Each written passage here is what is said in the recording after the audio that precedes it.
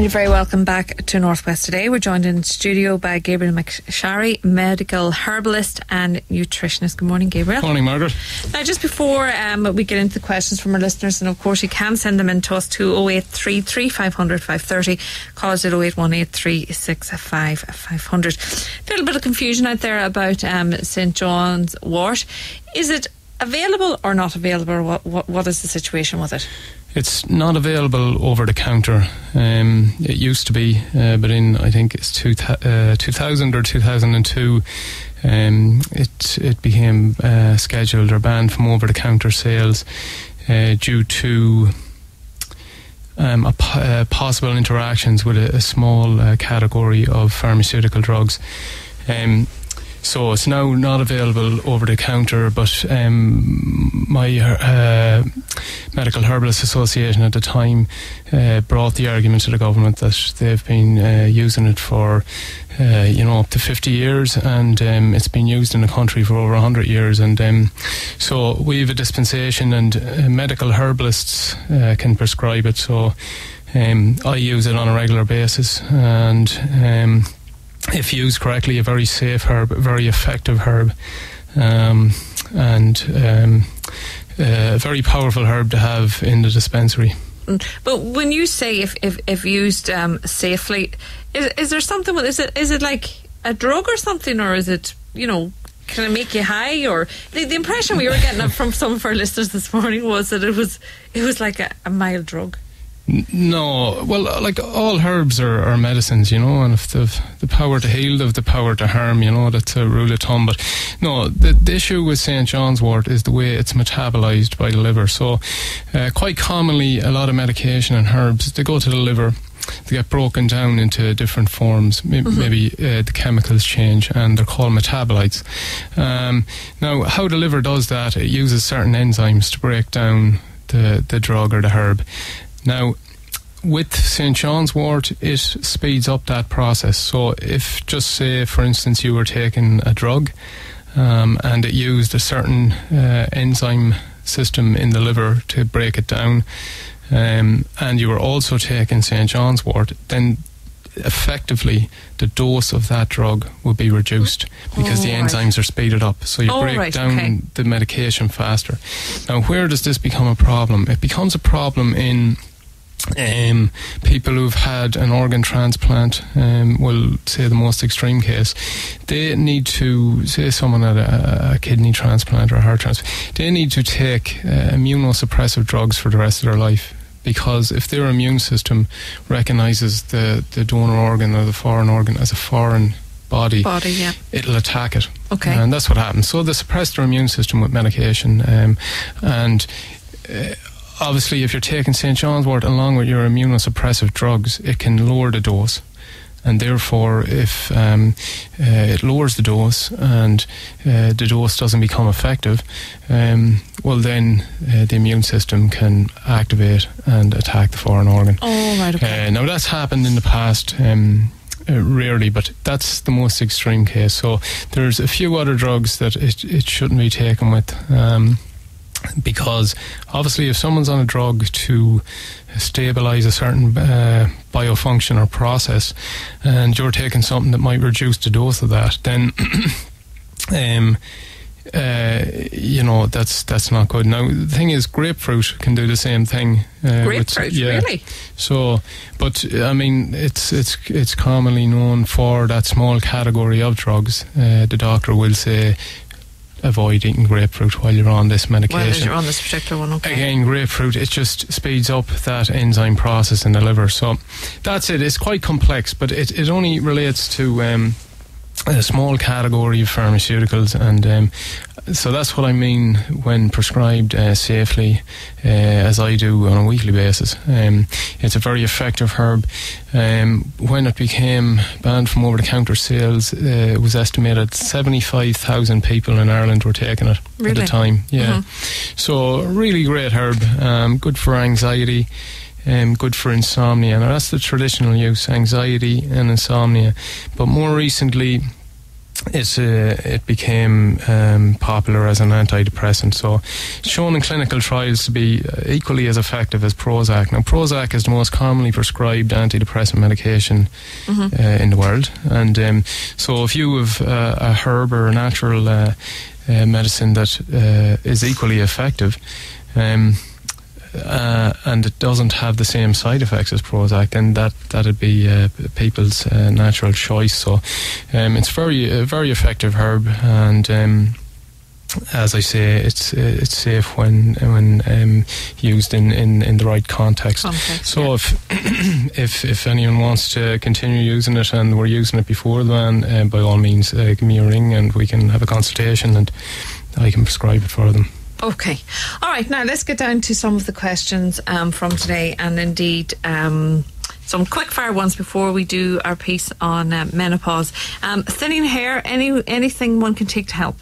Right. Well, this may not be a quick fire one in that it's a loaded question, and just I suppose a message to listeners that maybe if they send in a text, also add like female 52 or male 30, or add your sex and your bit more age. Yeah, well, info. it just I'd be better able to answer the questions, because like thinning hair, is there anything one can do? You know, it's different in males and females and different through ages. But I'll cover it broadly. I mean, it's a popular thing. It's something I see a lot of. But hair is very physiologically active. You know, you spend a lot of calories and proteins growing your hair. Here's the statistic: the average person puts on 12 feet of hair per day. So that amazes a lot of people. But 12 feet of hair? 12 feet. So if you added up all the tiny incremental hair growth, it comes to 12 feet. So the point here is proteins are extremely important, because protein is what you're building hair from. So you can imagine that if the body became challenged by a stressful event or a deficiency in certain minerals and trace elements, the body prioritizes the energy to nourish the organs as opposed to growing hair and that. So that can be a basis for it. There is a number of different causes, again dependent on the sex and age and what's going on for that person, but a lot of studies show a strikingly increased risk of insulin resistance, which is kind of a type 2 diabetes or pre-diabetes stage in men with early onset male pattern baldness. So there's a strong link between blood sugar and blood insulin levels and hair loss. So everyone should get their blood glucose tested, or the fasting blood glucose tested, and see what that's like if they're losing hair rapidly, and they don't think they should be. And that's one way, but it's to get sugars and grains out of the diet, really, or reduced, especially processed grains and sugars. They can change hormone patterns that can affect hair, and your hair can fall. Other causes are immune function, some autoimmune diseases like alopecia and lupus. There's problems with the metabolism, like hyperthyroidism. So an overactive thyroid can cause hair loss. I think 50% of people afflicted with hyperthyroidism exhibit diffuse hair loss. And also an underactive thyroid can be linked to hair loss. So thyroid function, very important. The nervous system, as I mentioned earlier, excessive stress can cause types of hair loss, and some people can experience it in a certain area. So it's alopecia areatica, just a small little bit, Right. And but hair loss caused by excessive stress usually occurs 2 or 3 months after the period of stress, unless the stress is repeated. So regrowth of hair normally occurs after the stressful event. When you have the loss of hair, then if you calm down or get your affairs under order, then the hair will regrow. there's certain amino acids. I mentioned proteins. Amino acids, like your essential amino acids, and arginine, cysteine, lysine, are really important for hair growth. So again, quality proteins in the diet is very important. And I do see a lot of we'll say vegans and some vegetarians at the clinic where they're not getting the required amount of essential amino acids or proteins in their diet, and it can affect hair growth, so it's very important. And proteins is a very complex and big area, but it's very important to get good quality ones. So down to herbs. Excuse me now.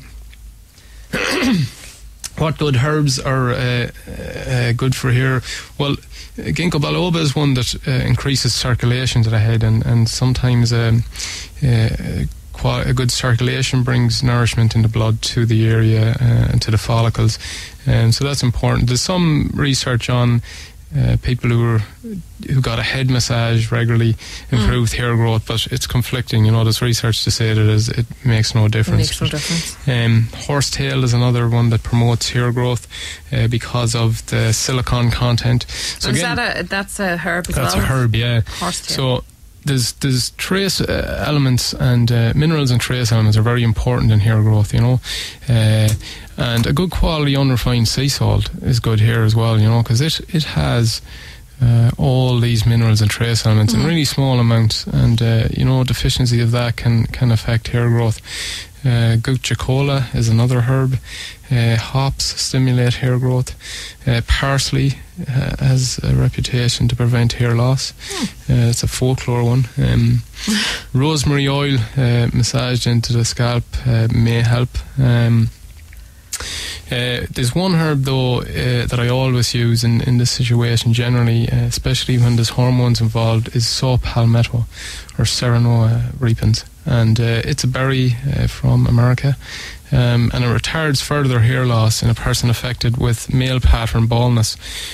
So how it does this is it inhibits, male pattern baldness tends to be linked to high levels of testosterone, or high levels of a more potent form of testosterone called dihydrotestosterone. And how saw palmetto works, it inhibits the conversion of testosterone to its more potent form, dihydro. So there's some good research on that to show it can have a beneficial effect. Okay, we're going to take a quick break, and we're back answering some more of your questions. Ocean FM. Northwest Today, with thanks to Enda Lannon Pharmacies, Ballysadare and Gurchin. For all your prescription and pharmacy needs. Enda Lannon Pharmacies, putting your health first. 071 9133 033. Ocean FM. Ocean FM. This Sunday we're heading to Donegal as Donegal Town Community Chamber invites everybody to the switching on of the Christmas lights. The lights go on at 5:15 p.m. We're broadcasting live from 2 until 6 p.m. with thanks to the Abbey and Central Hotels, McGettigan's Butchers, Dom's Pier 1, Get Me Not Craft Shop, Britain's Pharmacy, K-Style Tiles and Interiors, the Harbour Restaurant, Super Value, Begley's Pharmacy, Dunleavy's Gift World and McGee Clothing. Santa arrives at 5 o'clock, so join myself and the crew this coming Sunday live here on Ocean FM from 2 until 6 p.m. with thanks to the Donegal Town Community Chamber and inviting you to shop local this Christmas in Donegal Town. On the Northwest's Ocean FM. Ocean FM. At Super Value, we've always got great bargains, as well as matching sterling prices every day. Check out our fantastic offers this week, like Super Value quality Irish lamb loin chops, only €9 per kilo, plus great €1 offers such as Galtee traditional sausages, 227 gram, and great offers on Christmas biscuits, like Family Circle biscuits, 900 grams, only $2.99. That's value, the Super Value way. Slevins Department Store. The festive season is upon us, and we have something for everyone. Our Christmas shop has amazing gift ideas at great prices. Always top quality, always great value. Shopping made easier. The future is Slevins Department Store, Ballyshannon. And then the little newborn millionaire lived happily ever after, having bought his mam a new house, treated his extended family to an all-expenses holiday in the Caribbean, and finding and saving a rare species of native butterfly while scuba diving diving with his Nobel Prize-winning supermodel Mrs. from his 100-foot yacht.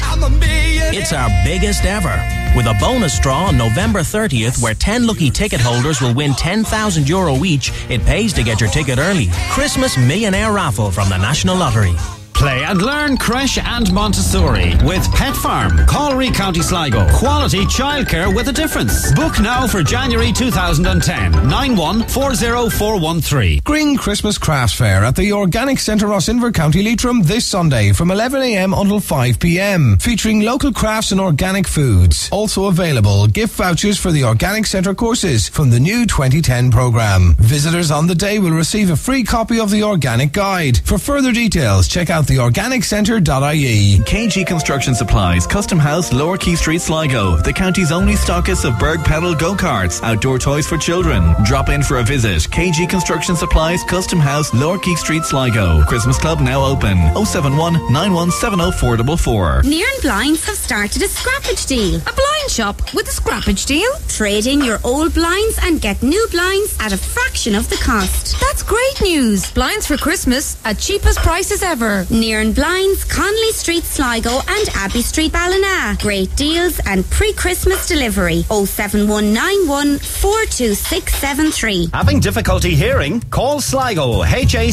Stephen Street, Sligo. We supply quality hearing aids with essential aftercare at no extra cost. Call 071 9144 004 for your free professional hearing test. Feely's Florist Christmas Flower Demo, Wednesday 2nd of December. Tickets available from both stores. Or call Feely Florists on 071 91 70,000. Max Bar Ballyshannon. Entertainment this weekend with Thumpin' Thursday Disco, Friday night pool competition, €50 prize money, entry free. Saturday night, live music by The Skins. All sports on the big screen. Max Bar Ballyshannon. There's always something going on. To have your say, call the Northwest Today comment line on 0818 365 500. Text your comment to 083 3500 530. And you're very welcome back to the programme. We are in the company of Gabriel McSharry, medical herbalist and nutritionist. Now, we have a lot of questions coming in and we won't get to them all today, but we will keep them and deal with them next week. But there's one here and I'm sure we can't get this lady to wait until next week. She's had a baby. My 23-year-old daughter has since birth been unable to fall asleep at night. She's truly desperate. Can Gabriel suggest anything which might help her? Thank you so much, Helen in Sligo Town. So is the 23-year-old hasn't slept since she was born, or she's just had a baby? No, since birth. Been unable to fall asleep. Has since birth. I'm presuming... Well, if you have insomnia, people can suffer from an aggressive form of insomnia all their life, but maybe she's 23 and she's had a child and then she can't sleep. Yeah, I don't know if that's reading that she's 23 and has had a child. Do you know what? Maybe if that lady could clarify, if your 23-year-old daughter has had a baby and she's unable to fall asleep at night since she's had the baby, or if your 23-year-old daughter cannot sleep since she was a baby. If you just clarify, because we'll answer it before we leave. So if you don't mind, just resend, just clarify whether your 23-year-old has had a baby and can't sleep since she's had the baby, or if she can't sleep herself since she was a baby. We just need that clarified. Okay, we've lots of questions coming in about menopause, and we have done over the past few weeks, and I see there's a few there as well about HRT and all, and it's something we're just going to concentrate on now. Yeah, so menopause also termed the change. So menopause is natural between the ages of 40 and 52, and it's termed premature if it's under 40, or if it's induced by surgical removal of the ovaries. But during menopause, the gradual decrease in ovarian function and often physical, hormonal and mental and emotional imbalance arise. The average age, though, is 50-51, so in around there. Now, it can give rise to symptoms like the most common ones are hot flushes with sweating. So you get really hot and you go red and you sweat, and But they only last a few minutes, don't they? Some can last a few minutes. Yeah, some a bit longer, but they tend to be intermittent, and they could, maybe get 15 or 20 a day. And women describe it as being sometimes very embarrassing if they're out in a cafe and they get one. They just feel. Yeah, because I've often seen women that I know maybe go having hot flushes, and you actually see it with women who have gone through chemotherapy as well, right, getting hot flushes, and you can actually see the red from their neck just rising up, sort of getting red, and you can actually see it. Yeah, so that's one of the most common symptoms, and it tends to happen more so at night time, but it can any time during the day. Osteoporosis is another one one should look for, because the estrogen has been protective all these years of bones, and now it's dropped off.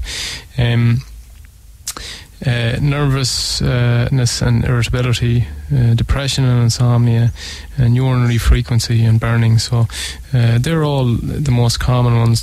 There's also less common ones. But it's important to know that menopause is not fatal or dangerous. Just a natural progression. Yeah, it can be extremely uncomfortable though, and socially embarrassing, as I was saying about the hot flushes. But conventional treatment is generally HRT, or hormone replacement therapy, and what we know now is unopposed estrogen therapy is now linked with cancer of the uterus, ovaries and breast. So most up-to-date doctors now give progesterone also in opposition, instead of just estrogen on its own. But this may cause a return of the woman's periods. The side effects of HRT can include osteoporosis, blood clots, high blood pressure, vaginal bleeding, rash, acne, and weight gain. And I guess that ties in with just a text that came in there. There was a woman says she had a bad reaction to HRT.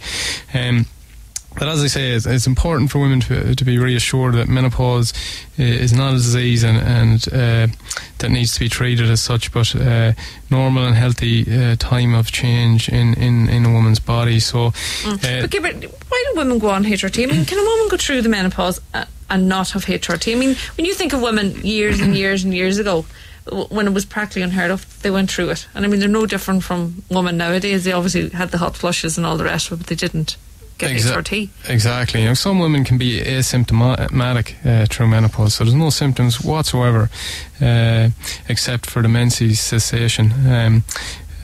But other women then can suffer severely, and it's probably linked to the health of the adrenal gland. So as the ovaries shut down, we have adrenal glands in the body, and they produce a small amount of estrogen, always have, and they kind of pick up the slack or ease the process. And but if we get, our adrenal glands also produce adrenaline and stuff, so if we've had a stressful life, it can possibly be linked to menopause with severe symptoms. But yeah, I mean, I guess they go on HRT because it's recommended by their doctor.